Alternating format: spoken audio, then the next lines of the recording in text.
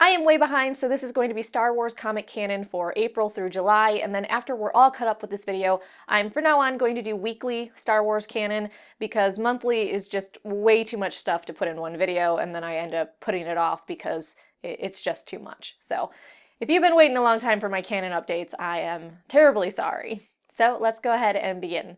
Let's start with Poe Dameron and his quest to find Tekka.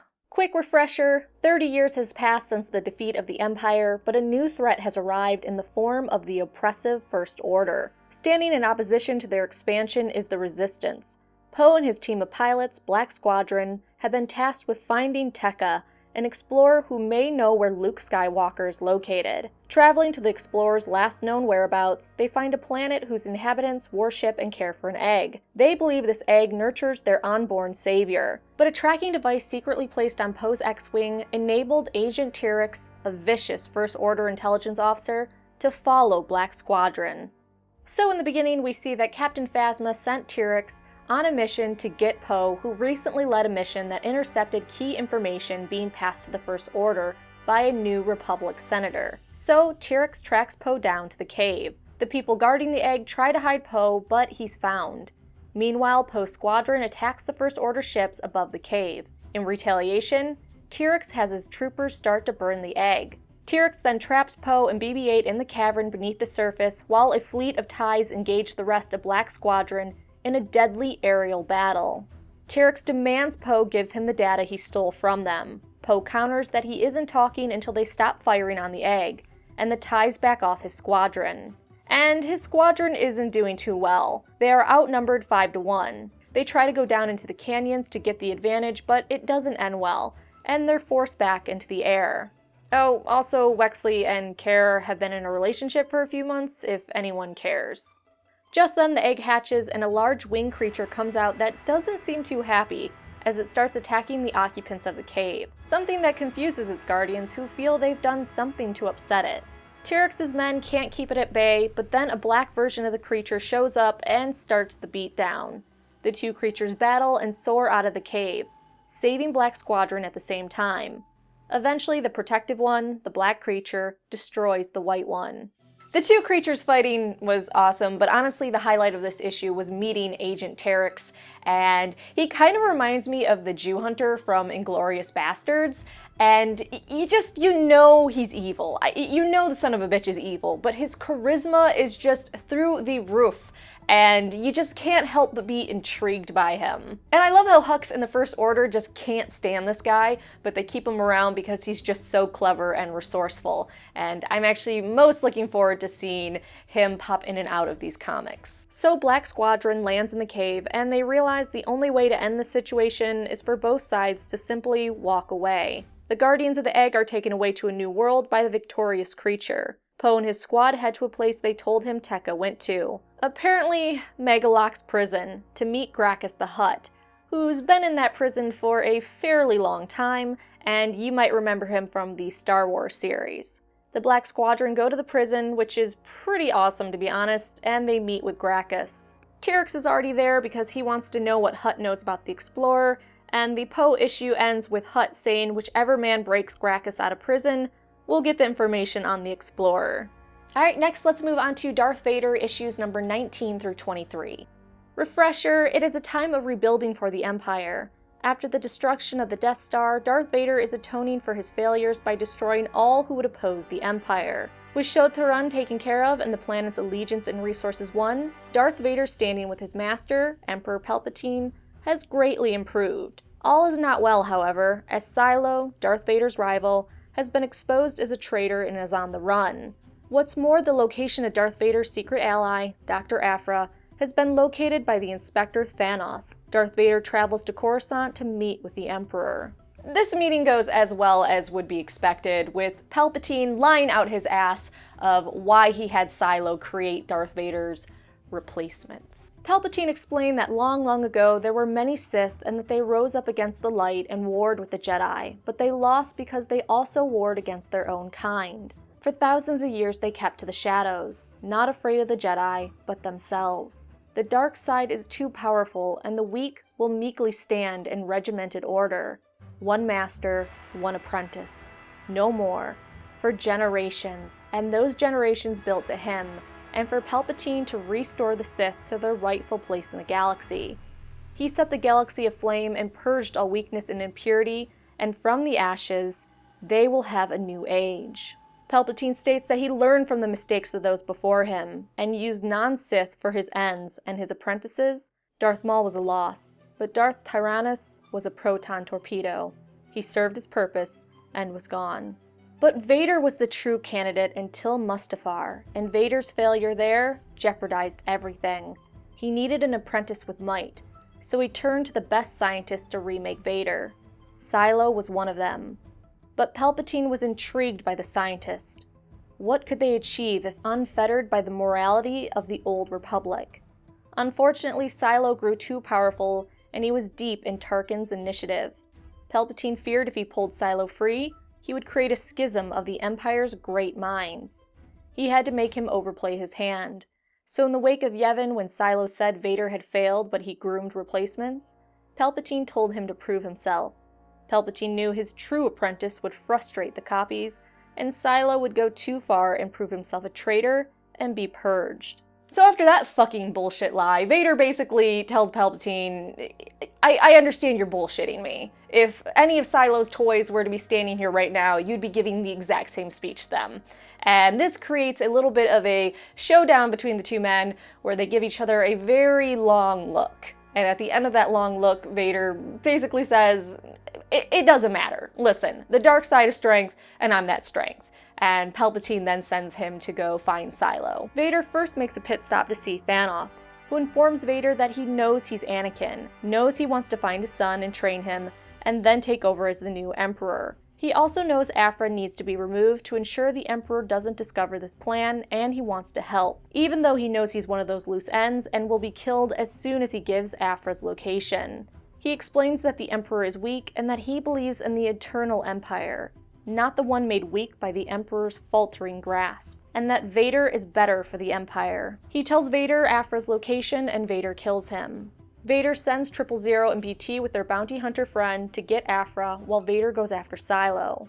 Vader meets with one of Silo's colleagues, a professor that was aboard the Death Star just hours before it blew up. Vader threatens the man, and he gives up Silo's location. Once they find traces of Silo's fleet, Vader orders the professor to be thanked, and then executed. Vader's ship, the Devastator, because what else would it be called, is spotted by Silo and his team, and they enact their escape plan and send their cybernetic creatures to attack the Star Destroyer. Cybernetic space whales, people. So cool. And in case you don't know, Silo's ship is actually a cyborg. Space whale fleet. They get away from Vader's ship, but Vader takes his own personal tie and enters the ships. Sensing this, Voidgazer, a scientist, asks Silo permission to confront Vader, as studying a Sith Lord up close would be good for her research. Imagine how well that went, and Vader lets her know she's a dumbass too. But she doesn't plan on facing Vader herself, but one of her creations, a Rancor with cybernetic implants. But of course, Vader eventually kills the creature. Like father, like son? And a dying Voidgazer informs Vader that she was stationed on Tag's ship and made modifications. Vader kills her, but finds the whale ship is on a collision course with the Executor and he can't stop it. Meanwhile, in the Outer Rim, Aphra is hanging out at a bar, hiding out. But our lovable droids 000 and BT have found her and of course leave a wake of death in their path. A hilarious standoff ensues where Aphra tries to order them to stop attacking her as she's their master. But they explain they have to first complete their primary order from their other master before they can follow new ones. Silly droid protocol. Aphra surrenders and they take her to the Executioner. Once she is aboard the ship Executioner and the droids have completed their primary mission for their first master, Aphra orders them to get her off the ship, which the droids find very annoying as they were quite enjoying the idea of her dying. But before Aphra can escape, Silo has the modifications Voidgazer put on the ship into effect and gas knocks everyone on the ship out, but Palpatine's Royal Guard, who have their own life support systems. Silo and Morit escape via the escape pods, gloating that soon Vader will be dead.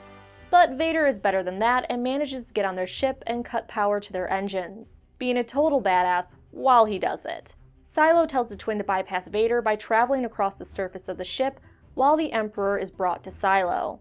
But Vader figures out the plan and intercepts him. After an almost pitiful duel, which I use the word lightly, Vader ends the twin. Meanwhile, Aphra defends the Emperor from being taken, knowing that running means Vader will just keep chasing her. Vader makes it to Silo, but Silo had a remote to turn Vader off, and uses it.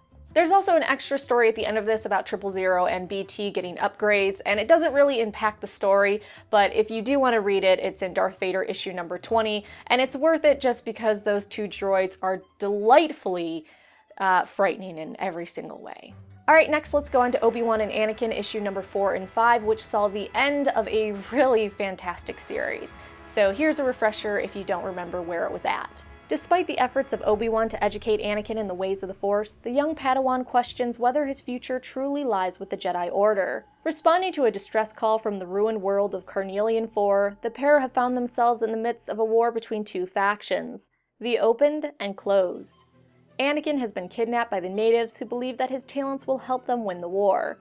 Meanwhile, Obi-Wan has followed the distress call to its origins, a woman named Sarah who has dedicated her life to collecting the remnants of old technology in hope of inspiring the planet's youth, and ending the conflict. But as open and closed forces converge on her fortress museum, those hopes may prove futile. I covered this in my What You Missed series, and I will link it in the video description below if you want to get more into the details of this story, but for now I'm just going to give you the general premise and how this series ended. Anakin convinces the youths to fight back, and Anakin flies on a machine he built himself and rescues his master from both the Open and Close, attempting to kill him and Sarah.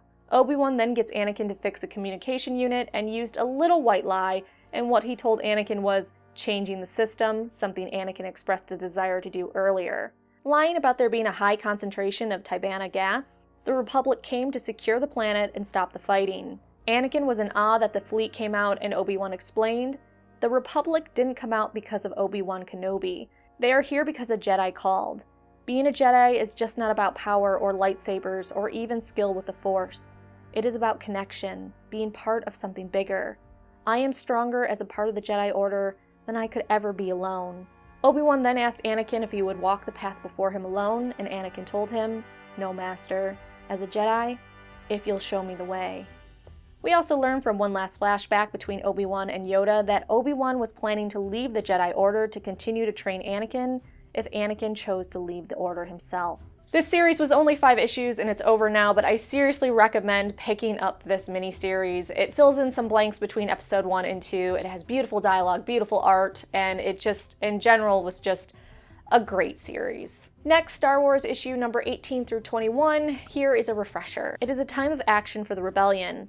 Luke Skywalker, Han Solo, and Princess Leia have captured Darth Vader's secret ally, droid expert Dr. Aphra, in an effort to obtain Imperial information. While the princess was securing Dr. Aphra at Sunspot Prison, a mysterious invader had seized control of the facility and began eliminating prisoners. Cornered, Leia and Sanaa joined forces with the Doctor to release the inmates and spare them from an untimely death.